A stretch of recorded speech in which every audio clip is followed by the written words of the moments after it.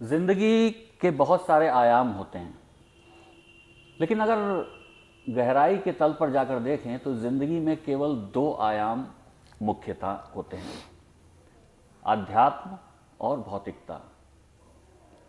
आज हमारा शो इसी अध्यात्म और भौतिकता के तल पर और उसके इर्द गिर्द चर्चा करेगा, विमर्श करेगा, बातचीत करेगा। नमस्कार, मैं आलोक, और आज हमारे साथ धर्म, अध्यात्म और भौतिकता इन सब सरोकारों पर बात करने के लिए हमारे साथ हैं ओशो सन्यासी स्वामी शशांक आनंद जी। स्वामी जी नमस्कार, प्रणाम, कैसे हैं आप? बढ़िया बढ़िया। आप तो स्वामी जी, चर्चा का सिरा शुरू पकड़ने से पहले हम ये जानना चाहेंगे कि आज हम ये जो बातचीत कर रहे हैं ये शाहजहांपुर की ज़मीन पर ही बातचीत कर रहे हैं। आपकी यात्रा शाहजहांपुर से शुरू होती है। हाँ, पैदाइश यही है। हाँ, तो यात्रा पैदाइश भी यही है। बिल्कुल। और यात्रा जो शुरू हुई वो शाहजहांपुर से शुरू हुई। शाहजहांपुर से दिल्ली, नोएडा, सहारनपुर, नैनीताल, हरिद्वार। गाजियाबाद, हरिद्वार, ऋषिकेश होते हुए इस समय चंडीगढ़ में आप बेस कर रहे हैं। और हम सब जानते हैं कि रजनीशपुरम नाम से एक सहारनपुर में एक बड़ा आश्रम, या यूं कहें कि ओशो की देशना की एक स्थली बनाने जा रहे हैं। तो मैं चर्चा शुरू करना चाहूँगा कि ये यात्रा जो शाहजहांपुर से शुरू होकर वापस आज हम लोग ये बात शाहजहांपुर में बैठ के कर रहे हैं, मेरे घर में ही कर रहे हैं, आपके घर में ही कर रहे हैं। तो इसमें ये इस लंबी यात्रा में क्या आज कैसा महसूस हो रहा है, और फिर सिरा जोड़ेंगे शुरुआत से। आज कैसा महसूस हो रहा है? देखो, सच बताएं, बात यह है कि कोई भी माली जब कोई बगिया अपनी सजाता है तो जब पहली पत्ती निकलती है खुशी वहीं से आरंभ होती है। फिर फूल आते हैं, बगिया महकती है तो अच्छा लगता है। तो आज अगर मैं कह सकता हूं कि मैंने अपनी ज़िंदगी में जो प्रयास किए, शाहजहांपुर में बहुत प्रयास किए, आप भी कई प्रयासों में मेरे साथ रहे, तो आज मैं कह सकता हूं कि उसके किले फूटने लगे हैं, कुछ होता हुआ दिखने लगा है। तो जो खुशी एक माली को होती है वैसी एक खुशी मुझे होती है। इससे अधिक का इसमें कुछ कहने का है नहीं। इसी से मुझे एक बात याद आती है स्वामी जी, आप तो काफ़ी समय से शाहजहांपुर से बाहर, हालांकि यहाँ से आपका जुड़ाव कभी ख़त्म नहीं हुआ, आपने हमेशा जुड़ाव को और कभी होगा भी नहीं, ज़मीन से बनाए रखा। एक छोटी सी घटना आपके जीवन में घटी थी। आपने एक रेस्टोरेंट अपने जो एक इसी शहर में खोला था, और उस ज़माने में खोला था जब शाहजहांपुर में, मैं आप लोग दर्शकों आपको बता दूं कि जिस समय में लोगों के पास बैठने के लिए जगह नहीं हुआ करती थी, लोगों से मेरा मतलब है युवाओं के पास बैठने के लिए, प्रेमियों के लिए बैठने के लिए एक कप चाय साथ में बैठने की जगह नहीं हुआ करती थी। उस समय में स्वामी जी ने एक ऐसा नया रेस्टोरेंट का कॉन्सेप्ट दिया जिसमें ये सुविधा दी कि आप बैठ के आराम से बात कर सकते हैं, चाय पी सकते हैं। और उसका सामाजिक तौर पर और प्रशासनिक तौर पर बहुत विरोध हुआ, और उसके लिए स्वामी जी ने, आपने बहुत कुछ दिक्कतें भी झेली। जी बिल्कुल। मैं स्वामी जी बात ये करना चाहता हूँ, पूछना ये चाहता हूँ कि आज शाहजहांपुर के हर गली, मोहल्ले, नुक्कड़, हर इलाके में ऐसे छोटे छोटे ना जाने सैकड़ों रेस्टोरेंट खुल चुके हैं जहां पर लोग आराम से बैठ के बातचीत कर सकते हैं। तो ये, और आपने शायद देखा भी होगा, आप शहर में घूमे होंगे, तो वो एक रेस्टोरेंट जिसका इतना विरोध सामाजिक तौर पर हुआ था, और आज आपको कैसा, क्या ये आप अपना विस्तार देख रहे हैं? जी, सन 99 में ये घटना है जब मैं रेस्टोरेंट खोला था, और उसके बाद विरोध हुआ, और विरोध होके ये कहा गया कि आपका रेस्टोरेंट प्रेमियों के लिए है और बंद कराना चाहिए। तो शायद उस समय दुनिया का पहला रेस्टोरेंट था ऐसा जहाँ पे प्रेमी बैठ सकते थे और बिना कुछ खाए पिए थोड़े बहुत पैसे देके आराम कर सकते थे। तो आज जब पूरी दुनिया में इसको देखता हूँ तो मुझे एक बात याद आती है। उस समय यहाँ पे एसपी अजय गुप्ता जी थे, तो अजय गुप्ता या सोकोल जो भी था, अजय नाम याद है मुझे। तो उनसे जब मेरी बात हो रही थी तो वो कह रहे हैं तेरा रेस्टोरेंट बंद होना चाहिए। तो मैंने कहा बिल्कुल, मिलाओ हाथ, हम दोनों मिलके इसको बंद करते हैं। मेरा थोड़ा ढंग ऐसे ही रहा। तो बोले मतलब तू बंद करना चाहता तो बंद कर दे। तो मैंने कहा नहीं, मैं चाहता हूं कि प्रेम को इतना सम्मान मिले कि प्रेमियों को किसी रेस्टोरेंट में आने की जरूरत ना पड़े। और यदि तुमने अभी रेस्टोरेंट बंद करा दिया और प्रेमियों का अपमान हुआ तो यही प्रेमी सोमवार को एक बाबा विश्वनाथ मंदिर में चले जाते हैं और बृहस्पतिवार को बुल्लन दादा की मजार में नजर आते हैं। तो मैंने उनसे कहा था कि मैं चाहता हूं कि प्रेम का इतना सम्मान हो कि लोग बच्चे अपने घरों पे अपने माँ बाप के सामने, उनकी निगाह के सामने एक दूसरे के साथ बैठ के बात कर सकें, चाय पी सकें। तो मैं कह सकता हूं कि जो मैंने सपना देखा था, आज इतने सारे रेस्टोरेंट होना और प्रेम के संबंध में इतनी आसानी से बात होना, उस दिशा की तरफ बढ़ते हुए कुछ कदम हैं। अभी वो हुआ नहीं है, अभी ऐसा हुआ नहीं है। मुझे अभी भी याद है जब मैंने रेस्टोरेंट खोला और वहां पे एक वक्त आया जब केवल प्रेमी बैठते थे, तो एक छोटी सी किचन हुआ करती थी। तो वहां पे एक लड़की आई और आते थे ऐसे ही, मेरा स्वभाव यही था। तो लड़की आई और उसने कहा कि भैया 2 चाय दे दीजिए। तो मैंने कहा बेटा वो किचन है, वहां जाके बना लो। कहेंगे मतलब आपके यहाँ रेस्टोरेंट में हम आए हैं और किचन में हम चाय बनाएं? तो मैंने उससे कहा था बेटा क्या तुझे कभी लगता नहीं है कि तू अपने हाथ की बना के इस लड़के को चाय पिलाती तो कितनी खुशी मिलती? तो एकदम सन्न रह गई कि मैं क्या कह रहा हूँ। मैंने कहा बेटा वो तेरे घर वाले में मौका नहीं देते हैं, तो जा तू यहाँ बना ले। तो बड़ी मुस्कुरा के कहने भैया आपने बड़ी अच्छी बात कही, और किचन में गई चाय बनाने के लिए। फिर मैंने कहा बेटा आधा कप मेरे लिए बना लेना। तो कहने का अर्थ ये, हमारे यहाँ एक ऐसा माहौल मैं दे रहा था कि जहाँ पे लोग एक दूसरे को समझ सकें, जान सकें।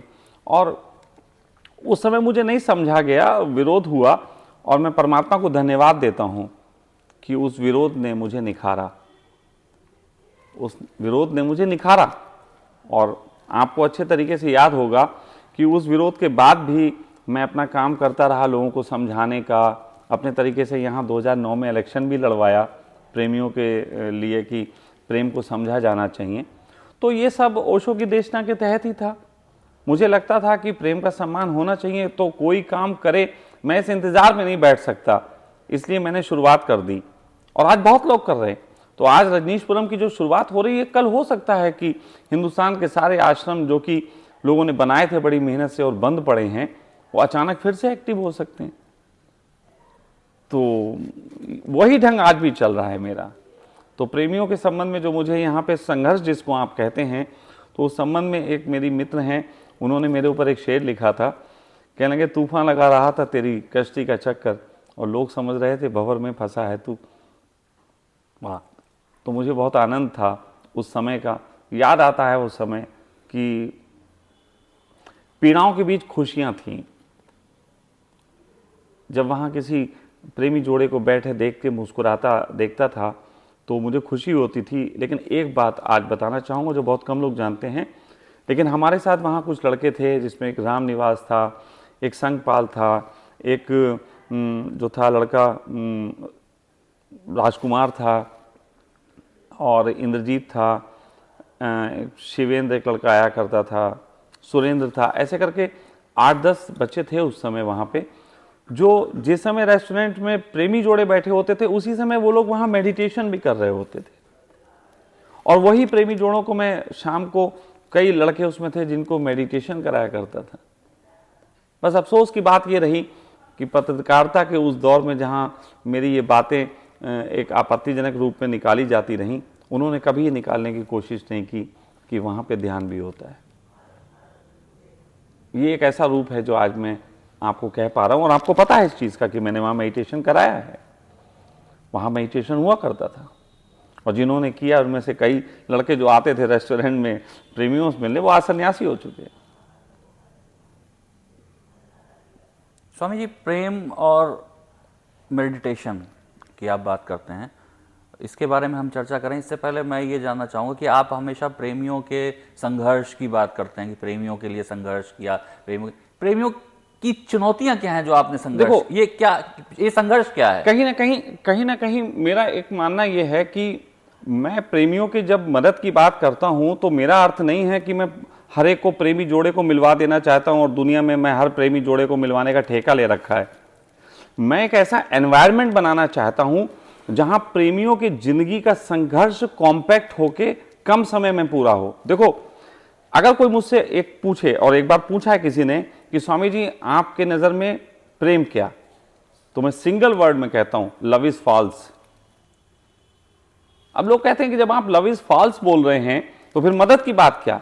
मैं कहता हूं कि तुम्हारे प्रेशर की वजह से प्रेमी उस फॉल्स को नहीं जान पाते। फाल से कब परिचित होते हैं? वही प्रेमी जब शादी कर लेते हैं, उनका संघर्ष समाप्त हो जाता है तो फाल से परिचित हो जाते हैं। फिर कितने प्रेमी जोड़े हैं जो बाल नोचते हैं एक दूसरे के। नहीं तो इसके कहने का मतलब क्या ये है कि आप कह रहे हैं जो माता पिता या जो ऊंची पीढ़ी है वो अपने से जो बाद वाली पीढ़ी है उसको रोकने का काम करती है कि ये false है। देखो, लेकिन तो आप क्या कहते हैं कि पहले बर्बाद हो जाओ, फाल्स तब जानो, नहीं, या नहीं, अगर वो रोकने की कोशिश करते हैं तो कैसे आप इसको कैसे जस्टिफाई करेंगे? Just a minute. एक वायरस हमारे मस्तिष्क में पाया जाता है, वायरस कह लो या एक केमिकल लोचा कह लो, एक ऐसा केमिकल पाया जाता है जो विरोध में पनपता है, जो विरोध में पनपता है। तो जब कभी किसी लड़के को प्रेम होता है या लड़की को प्रेम होता है और उसका बहुत विरोध किया जाता है तो वो वायरस एक्टिव हो जाता है।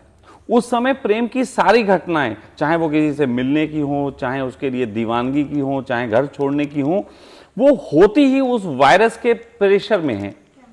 वो केमिकल कह लो, केमिकल वायरस, बार बार मेरे शब्दों में प्लीज मत जाइएगा। तो वो केमिकल लोचा जो है उसका एक नाम भी है, वो आप खोजोगे, गूगल करोगे, मिल जाएगा। तो वो एक्टिव होता है और उसकी टाइमिंग भी होती है। उसकी टाइमिंग 3 महीने से लेके और 28 महीने तक की बताई गई है। यानी कि 2.5-3 साल का जो आपका प्रेम का पीरियड होता है वो एक तरीके के विरोध का पीरियड होता है। लेकिन एक छोटी सी फिल्म आई थी, आस्था करके शायद थी या कुछ ऐसी थी, मुझे नाम एक्यूरेट नहीं, शायद आस्था ही थी। उस आस्था पिक्चर में शुरुआत में ही एक टीचर एक व्याख्यान दे रहा होता है प्रेम के ऊपर। तो वो कहता है प्रेम जो है वो एक दूसरे को पाने का नाम नहीं है, प्रेम है एक दूसरे के साथ मिलके एक अपनी जिंदगी को संवारने का, एक दिशा देने का नाम, जहां पे एक दूसरे की आत्मा को खिलने में सहयोगी होता हो। तो ये सब तो घर घर में हो रहा है। एक जो पति पत्नी है वो अगर सही में पति पत्नी है तो वो घर घर में हो रहा है। लेकिन प्रेमियों के साथ ये हो रहा है कि आकर्षण के कारण प्रेम नजर आता है और उस आकर्षण में विरोध जो है वो एक तरीके का ऐसा काम करता है कि उस केमिकल को भड़का देता है और उसके कारण प्रेम एक ऐसे रूप में प्रदर्शित हो रहा है जिससे प्रेम बदनाम हो रहा है। देखो, वो जो केमिकल का लोचा है वो प्रेम को समझने ही नहीं देता, क्योंकि वो एक तरीके का आपकी दीवानगी है। जस्ट लाइक टेस्टोस्टेरोन अगर किसी के बड़े हों तो उस समय जो प्रेम है, प्रेम का कारण जो है वो सेक्स है। लेकिन प्रेम तो बहुत दूसरी बात है, बहुत बड़ी बात है। सच बात तो यह है, इस पूरी दुनिया में राम और सीता और पार्वती और शंकर और 2-4 ऐसे लोग हैं जो प्रेमी हुए और बाकी तो सब उनकी कॉपी मारने में ही जिंदगी बीत रही है। सारी शादियां, सारा सब कुछ उन्हीं की कॉपी है। मैं ये चाहता हूं कि जब कोई व्यक्ति किसी से मिले तो उस पर समाज का इतना कम प्रेशर हो कि वो एक दूसरे को उसके वास्तविक रूप से परिचित हो पाए, ना कि वो केमिकल रिएक्शन के कारण आकर्षण पैदा हो। मैं केमिकल रिएक्शन के कारण पैदा हुए आकर्षण को और एक सहज भाव के साथ एक दूसरे के साथ रहते हुए जीवन को आनंदित बनाने को, इसको थोड़ा अलग अलग रखता हूं। तो ये कैसे इस फॉल्स और ये रियलिटी के बीच में कैसे अंतर कर सकते हैं? मैं तो साफ कह रहा हूं, आप देखिए एक युग आ गया है। बहुत से आप प्रेमी जानते होंगे जब वो शादी करते हैं उसके बाद उनके झंझट होते हैं, बहुत जानते होंगे आप। मैं समझता हूं शायद 90% प्रेमी जोड़ों की बाद में लड़ाई होती, और यही जोड़े शादी से पहले अगर इनको मना किया जाए तो ये हत्या भी करने को उतारू हैं। मैं ये कह रहा हूं कि जो ये एक्शन लेते हैं विवाह का, जो कि बहुत बड़ा एक्शन है, एक संस्कार है बहुत बड़ा, उस संस्कार से पहले समाज को इन दोनों को इजीली मिलने देना चाहिए, जहां पे ये बिना उस केमिकली दबाव के एक दूसरे को सहज रूप से समझें। ऐसा समझो, आप किसी को दोस्त की तरह मिलो तो सारे स्वभाव से आपका दोस्त परिचित हो जाएगा, और आप किसी को बिजनेस के मतलब से मिलो तो आप अपने सारे रोग छुपा लोगे और सिर्फ बिजनेस को ही प्रदर्शित करोगे।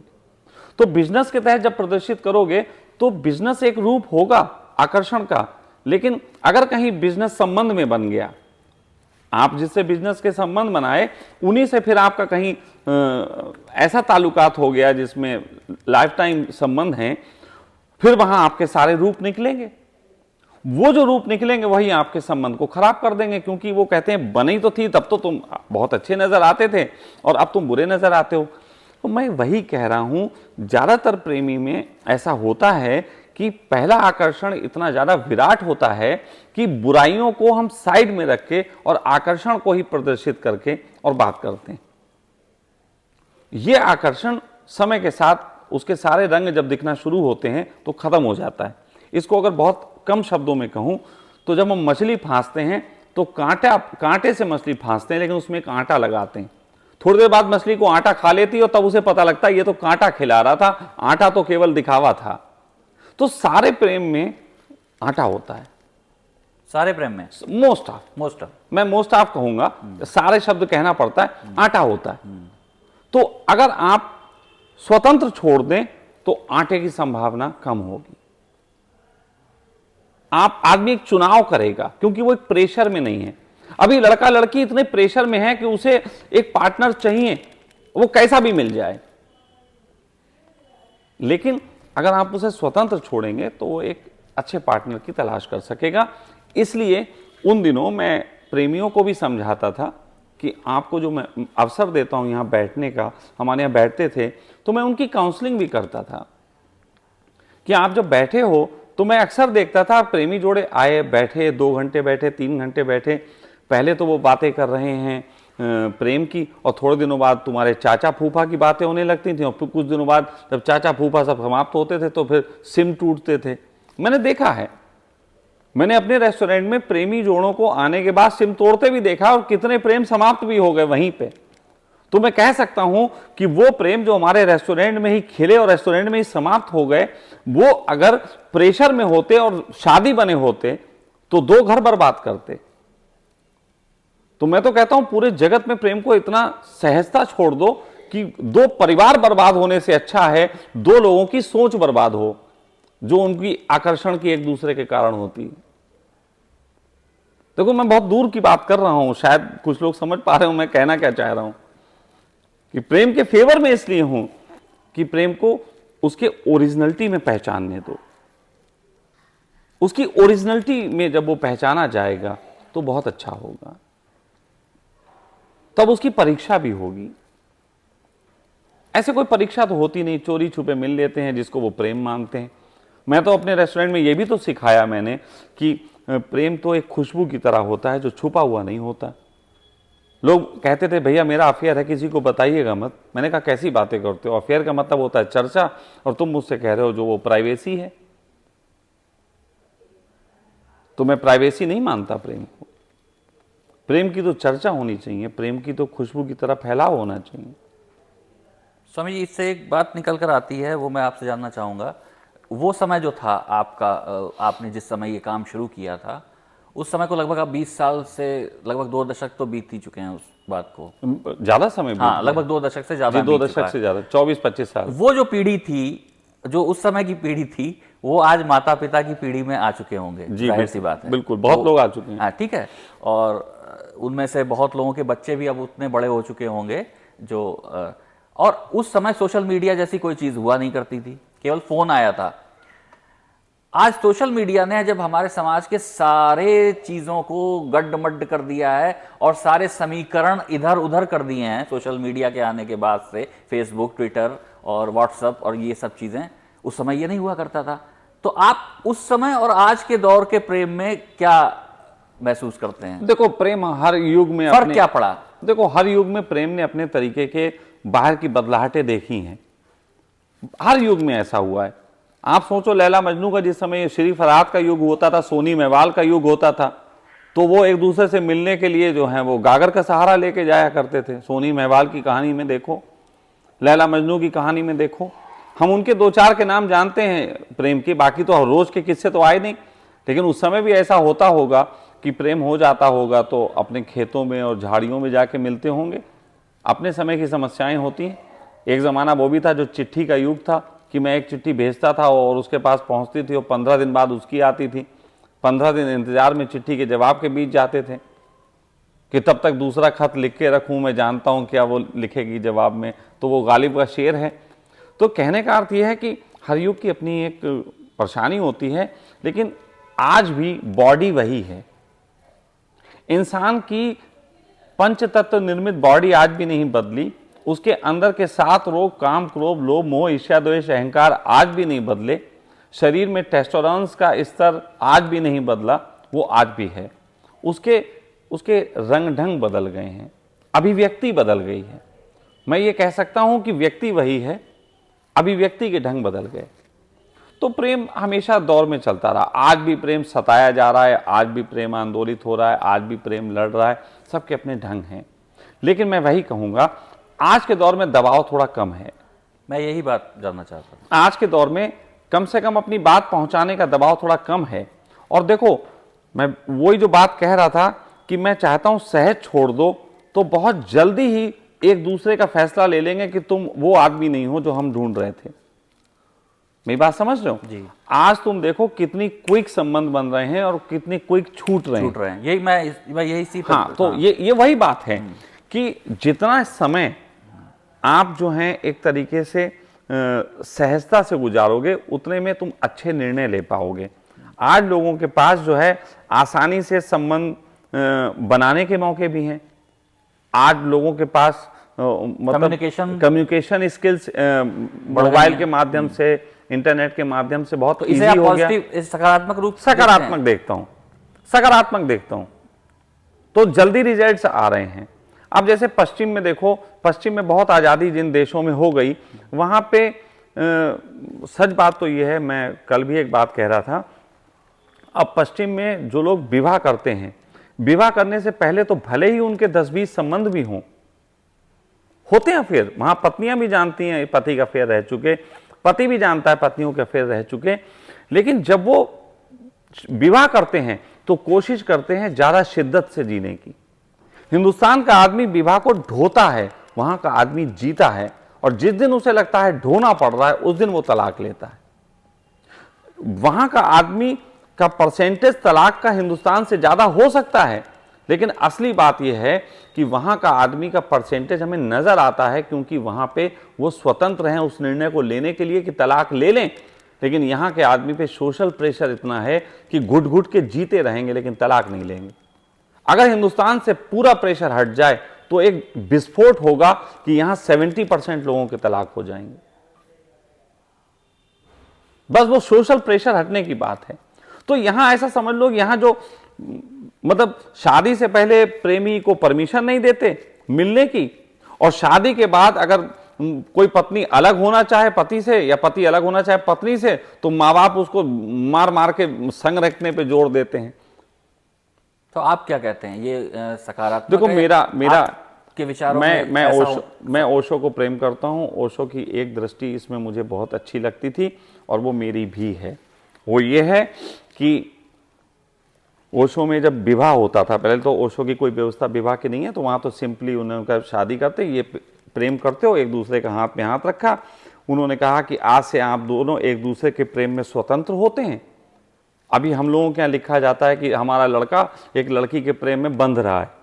ओशो में कहा जाता है कि आप, ये लड़की इस लड़के के प्रेम में स्वतंत्र हो रही है, ये लड़का इसके प्रेम में स्वतंत्र हो रहा है, और दो स्वतंत्र चेतनाएं एक साथ रहने का निर्णय ले रही हैं।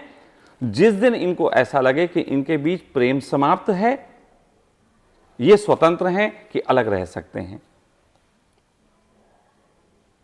अब समझो कितना कितना इजी कंसेप्ट है। असल में उन्होंने मतलब प्रेम को उसकी परिणति में जीने देना। अब उसकी परिणति हो सकता है 3 साल बाद, हो सकता है 5 साल बाद, हो सकता है 10 साल बाद, हो सकता है लाइफ टाइम हो। मैं कोई उम्र नहीं दे रहा, परमात्मा ने शरीर को उम्र नहीं दी, मैं प्रेम को उम्र देने वाला कौन होता हूं।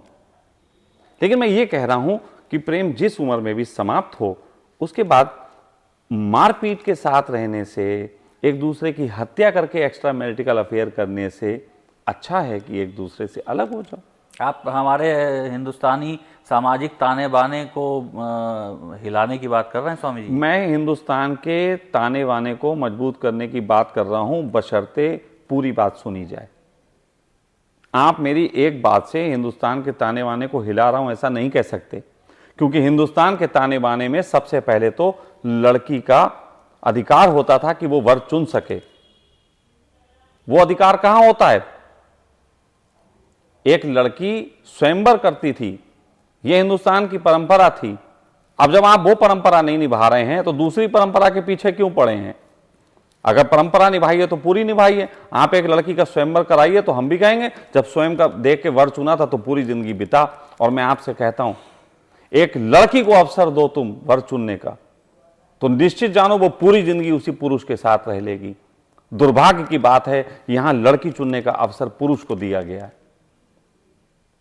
स्त्री को स्वतंत्रता के साथ देखने दो उसका पति, और स्त्री अगर पूरी जिंदगी चुनाव करेगी तो रह लेगी चुनाव करके साथ में, क्योंकि स्त्री के पास अपना व्यक्तित्व छोड़ के एक नदी की तरह सागर में मिलने का जिगरा है। एक सागर के पास इतना जिगरा नहीं है कि एक नदी में जाके कूद जाए, लेकिन एक नदी के पास इतना जिगरा है कि वो अपना अस्तित्व समाप्त करके सागर में मिल सकती है। इसीलिए स्त्री को ब्याह करके लड़के के घर भेजा जाता है। तो मैं कह सिर्फ इतना रहा हूं कि एक स्त्री को अगर ये हिंदुस्तान स्वतंत्रता देने को राजी हो जाए तो मैं अपना स्टेटमेंट बदल दूंगा। मैं कहूंगा कि फिर लड़की ने जो चुनाव किया था, जिसने चुनाव किया था, फिर उसी से पूछ लो कब तक साथ रहना है। लेकिन अभी तो मामला दूसरा है ना। अभी तो कहां, जब स्वयंवर नहीं बचा, आपने स्वयंवर खत्म हो गया तब नहीं कहा कभी कि हिंदुस्तान की परंपरा समाप्त हो गई। आप तो जो बची कुची लुटिया है आप उसी को हिंदुस्तान की परंपरा बता रहे हो। और मैं परंपरा को विराट मानता हूं। मैं परंपरा को परमात्मा की परंपरा मानता हूं, जिसने स्त्री और पुरुष के स्वभाव भिन्न बनाए। और फिर उन ऋषि मुनियों को मैं बहुत धन्यवाद देता हूं जिन्होंने यह खोज कर ली थी कि लड़का चुनने का अधिकार लड़की के हाथ में है। अगर वो मना कर दे कि इसके साथ नहीं रहना तो कोई हक नहीं किसी को उसके साथ रहने का। तो स्त्री को अधिकार दो। तो ये बात समझने योग्य है। स्वामी जी, शहर से, अपने शहर से कुछ शिकायतें? नहीं, कोई शिकायत नहीं। मुझे इस शहर से सदा प्रेम रहा। इस शहर ने अगर कभी अनजाने में, मैं अनजाने में कहूँगा या ऐसा कह लो मेरी ही गलती रही होगी, मैं शहर को सही से अपनी बात को समझा नहीं पाया। जैसे आज मैं आपके साथ बहुत अच्छे ढंग से संवाद कर रहा हूँ, तो शायद ये उम्र और अनुभव का तकाजा है कि मैं अपने अनुभव अपने शब्दों के माध्यम से व्यक्त कर पा रहा हूँ। लेकिन उस ज़माने में जिस समय मैं वो रेस्टोरेंट चलाता था, या मेरी नादानी कह लो या अनुभव की कमी कह लो, मैं शाब्दिक संवाद में थोड़ा सा कमज़ोर था। तो आक्रोश और अंदर की सोच तो उतनी थी जितनी आज है, लेकिन संवाद की उतनी अच्छी शैली नहीं थी। तो अगर उस वक्त ऐसा हुआ और इस शहर ने मेरे साथ थोड़ा दुर्व्यवहार कर दिया हो, ऐसा जो दिखता है लोगों को, तो उस दुर्व्यवहार को मैंने हमेशा ऐसे माना कि मेरी गलती है और मैं अपने को और सुधारूंगा। और मैंने उसको एक्सेप्ट किया। मतलब हद थी ये उस बात की, मैं तुमसे आलोक बता रहा हूँ आज, कि जिस समय मेरे रेस्टोरेंट को लेके मुझे अपमानित किया जा रहा था, इस शहर में बदनाम किया जा रहा था, उस वक्त ऐसा भी दौर आया था कि मैं सड़कों पे निकला हूं तो एक दो छतों से मेरे ऊपर थूक दिया गया। और उस दौर में मैं हाथ जोड़ के उनके कि कोई बात नहीं, आप समझ नहीं रहे, चला जाता था। तो देखो बात ऐसी है आलोक कि रही बात शिकायत अगर रही होती तो मैं इस शहर में वापस फिर कभी नहीं आता, क्योंकि ज़्यादातर लोग उस शहर में बसते हैं जिस शहर में उनकी रोजी रोटी और सब चलती है। और परमात्मा की दया से मुझे कोई किसी तरीके की कमी नहीं है, लेकिन मैं अपने हर दौर में, चाहे वो दौर छोटा रहा हो, चाहे बड़ा रहा हो, चाहे खुशी का रहा हो, चाहे दुख का रहा हो, मैं हर दौर में उस बच्चे की तरह अपनी माँ से लिपट गया आके, जो बच्चा अपनी खुशी और गम को अपनी माँ से बांट लेना चाहता है। मैं इस शहर में हमेशा आया, हमेशा आया, और कुछ करने आया, कुछ कहने आया, कुछ हमेशा मेरी तमन्नाएं रहती हैं इस शहर के लिए मैं कुछ कर सकूं। और इसीलिए मैं कभी कभी शहर के उन लोगों को मदद करता हूं जो इस शहर में कुछ क्रिएटिव करते हैं। वो जब मदद करता हूं तो मैं, ऐसा नहीं है कि मैं कोई एहसान कर रहा हूं, मैं उन लोगों को धन्यवाद देता हूं कि वो मेरी भूमि पे कुछ अच्छा कर रहे हैं। दुर्भाग्य ये है, अगर थोड़ा सा कहा जाए, कि इस शहर के साथ संवाद स्थापित आज तक नहीं हो पाया अच्छा। ये मेरा दुर्भाग्य है, मेरा है, शहर का नहीं। अगर इस शहर के साथ मेरा संवाद अच्छा स्थापित हो सका तो मैं भविष्य में बताऊंगा कि यहाँ क्या क्या हो सकता है। स्वामी जी, एक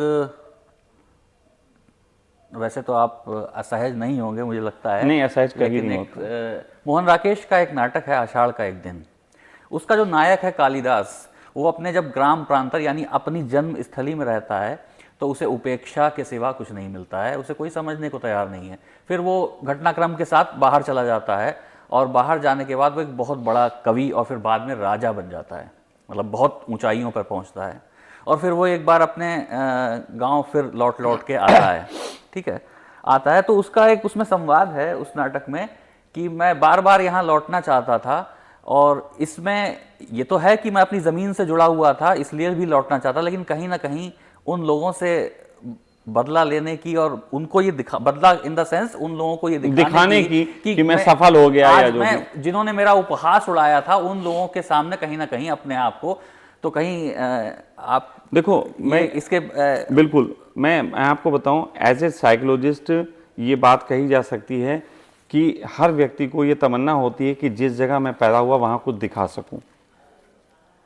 बात समझना, एज ए साइकोलॉजिस्ट ये बात प्रतिशोध है, लेकिन एक आध्यात्मिक व्यक्ति के तहत, मैं देखो मैं सन्यासी हूं और मेरा दृष्टिकोण तुम्हें भी मालूम है कि लौट फेर के आप कहीं बात करो मैं आपको धर्म की तरफ ले आऊंगा। मेरे उसमें मेरे जीवन की कहानी इस शहर को जानने का अधिकार है, क्योंकि my life is my message. मैं ये बात सदा से कहता हूं कि मेरे पास कोई अलग से संदेश नहीं है जिसे मैं इस दुनिया को दे सकूं। मेरे पास मेरा जीवन ही संदेश है जो मैं लोगों को दे के जाऊंगा। तो मैं इस शहर में अगर कोई ये भी समझे कि मैं कुछ दिखा रहा हूं, तो वो भी मैं कह सकता हूं कि उसकी दृष्टि से वो प्रतिशोध हो सकता है, लेकिन मेरी दृष्टि से इस शहर को मेरा जीवन जानने का हक है और फिर चुनाव करने का हक है, क्या इसका जीवन मुझे अपनाना था या नहीं। जब कृष्ण के समय में महाभारत का युद्ध होने लगा और अर्जुन जो है ये कहने लगा कि मैं इनसे नहीं लड़ूंगा, ये मेरे अपने हैं, तो कृष्ण ने कहा था नहीं, तुम्हें लड़ना होगा। और उस पूरे संवाद में कहीं, अगर मैं पूरी गीता पे बोलूंगा तो फिर मैं बताऊंगा कि पूरी गीता पे जब बोलते वक्त बीच में एक जगह ऐसे भी आ जाती है जहां पे वो कहते हैं क्योंकि ये धर्म युद्ध है इसलिए साम दाम दंड भेद से भी जीतना जरूरी है, अन्यथा अधर्म भविष्य में धर्म के रूप में स्थापित हो जाएगा।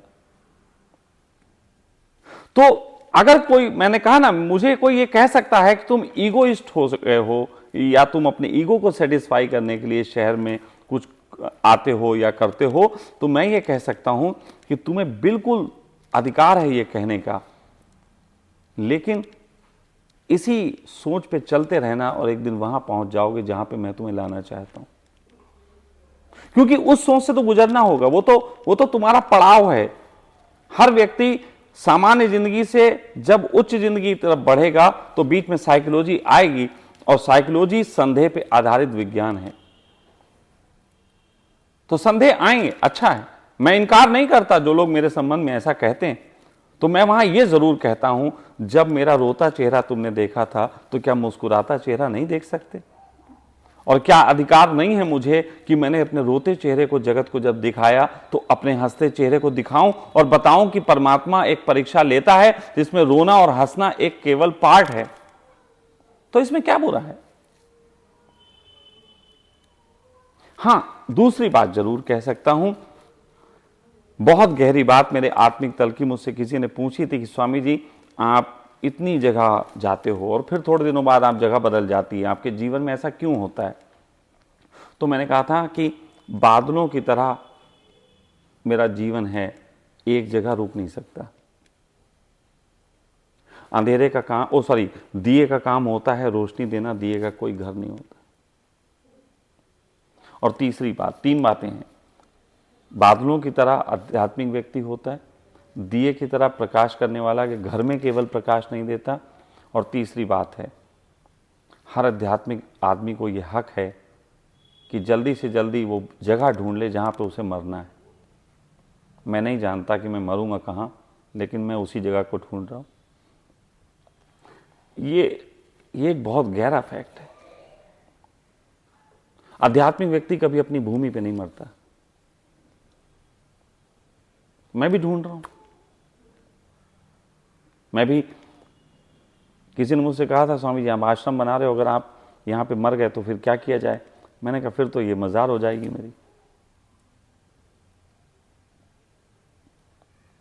फिर तो ये मज़ार हो जाएगी। हर आश्रम अगर कोई गुरु उसमें पूर्णता बैठ जाता है तो फाइनली उसकी मज़ार ही हो जाती है। आता तो अंदर के श्रम के लिए है, लेकिन फिर वो पूरा हो जाता है वहां पे। तो मैं नहीं जानता, आज मैं सहारनपुर में आश्रम बना रहा हूं, आगे क्या होगा कहां होगा मुझे पता नहीं, लेकिन ये फैक्ट है कि जिस दिन मुझे पता लग जाएगा कि ये जगह ऐसी है जहां मुझे छोड़ना है शरीर, मैं उस जगह पूरा बैठ जाऊंगा, फिर वहां से मैं नहीं हटने वाला। लेकिन शायद अभी तक मिली नहीं, इसलिए मैं ये भी कहता हूं शायद सहारनपुर में नहीं मरूंगा। तलाश जारी है, जारी है, सफर जारी है। सफर जारी है। अभी क्या पता, अभी तो सितारों के आगे जहां पे और भी हैं, मंजिलों के निशान और भी हैं, देखो आगे आगे होता है क्या। तो स्वामी जी का सफ़र अभी ख़त्म नहीं हुआ है, सफ़र जारी है। हमारी शुभकामनाएं उनके साथ हैं और उनका आशीर्वाद हम सब लोगों के साथ है।